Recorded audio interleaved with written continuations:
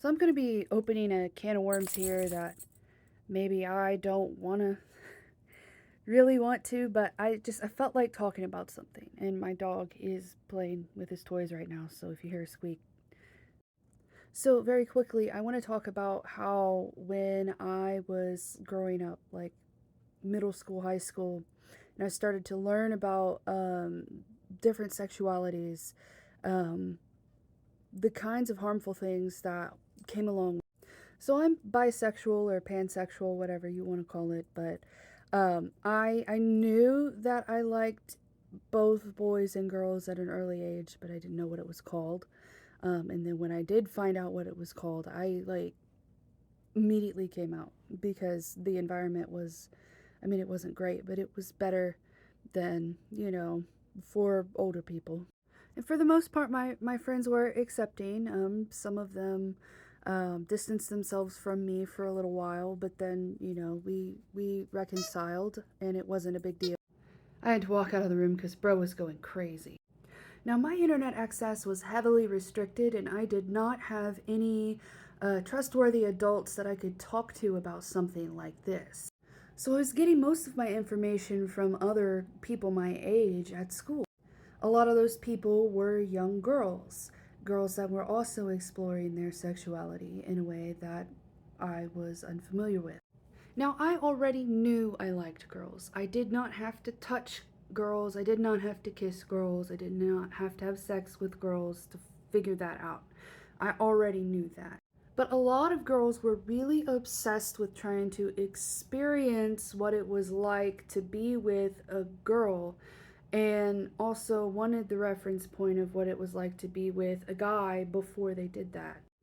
And I'm gonna be honest, it pains me to say, but I'm pretty sure a lot of those girls were just pretending to be bisexual or were bi curious at best.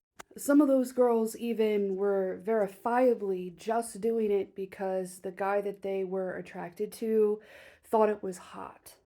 So I had a kind of unique experience to the other women in my family, as well as the mostly straight girls I was already friends with when I was going into high school. So I'm like openly bisexual, not questioning, not experimenting, just openly bisexual. And there are a lot of girls, again, that want to experience what it's like to be with a girl. So they were kind of like gravitating towards me and other girls that were outwardly, openly gay or bisexual so that they could have those experiences. Now, the problem with that was something else entirely. The problem with that was the way that girls felt like they could just touch you. So, for a number of reasons that I'm not going to get into, I don't like to be touched, like at all, especially without my consent. Like, yes, I do now as an adult enjoy some touch, but it still has to be consensual. You can't just walk up and touch me and think I'm going to be okay with it. Now, there's not a single instance I can think of as a kid where a guy my age just walked up and touched me without my consent. If anybody had tried to do that, I know for a fact they would have got their ass kicked and definitely would have got reprimanded by the school. But when it's a girl, all of a sudden 500 staff members and 2,500 kids are Helen Keller. So, like, imagine you're just sitting there minding your business in your class, and one of your so called friends walks up to you and just grabs your breasts. This is not just like public displays of affection, this is like assault. Because there was no reason, like, even if you were in an established relationship, there's no reason to just walk up and grab you like that. And it's not like they're doing it in private. This is public. This is a formal setting in front of everyone, and they just walk up and grab you. And then when you get mad, they act like you're tripping. Like, we're both girls here, but you know that it's not normal for girls to just be grabbing each other, regardless of their sexuality. Even if you claim to be straight, that doesn't mean you're allowed to just grab my breasts. And then they're like, well, but you said you like girls, so you should like this. Like, no. Will you like guys? Is it okay if a guy just walks up and grabs your breasts? No, you'd knock him out.